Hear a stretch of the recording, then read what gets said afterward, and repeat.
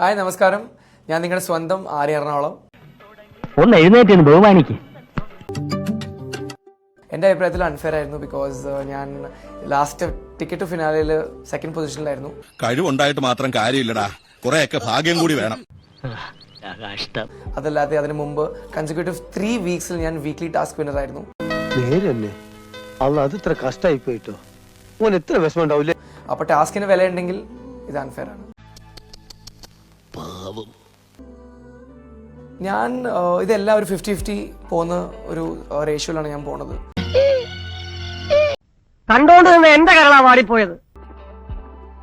എൻ്റെ അഭിപ്രായത്തിൽ ഞാൻ അങ്ങനെ ഒന്നും ആരുടെ വ്യക്തിഹത്യയോ ഇല്ലെങ്കിൽ ഈ പറഞ്ഞവരെ കൊല്ലാൻ വേണ്ടി ശ്രമിച്ചിട്ടില്ല.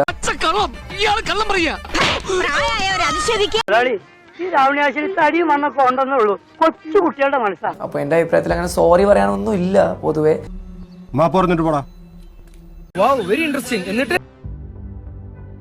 ഡ്രാമ ക്വീൻ എന്ന് പറയുമ്പോൾ ഡെഫിനറ്റ്ലി അത് അനുമോൾ തന്നെ ആയിരിക്കും.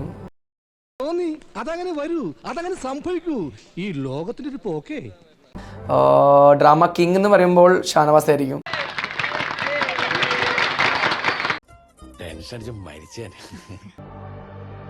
ബിഗസ്റ്റ് എനിമി ആയിട്ട് എനിക്ക് അങ്ങനെ ആരും ഇല്ല. ഇല്ല, ഞാൻ അങ്ങനെ ഫൺ മൂമെന്റ്സ് ക്രിയേറ്റ് ചെയ്യാൻ നോക്കിയിട്ടില്ല. എടാ, ഈ കാട്ടിക്കൂട്ടുന്ന കോലാഹലങ്ങളൊക്കെ എന്തിനാന്നാ ചോദിച്ചത്?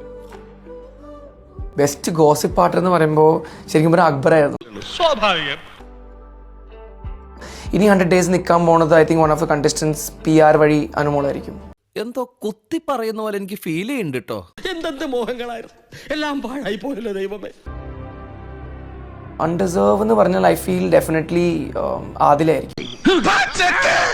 ഇനി ഞാനിവിടെ നിന്ന് ഡയലോഗ് പറഞ്ഞ കരഞ്ഞു പോകും. ഉസ്മാനെ രക്ഷപ്പെട്ടോ. Okay bye.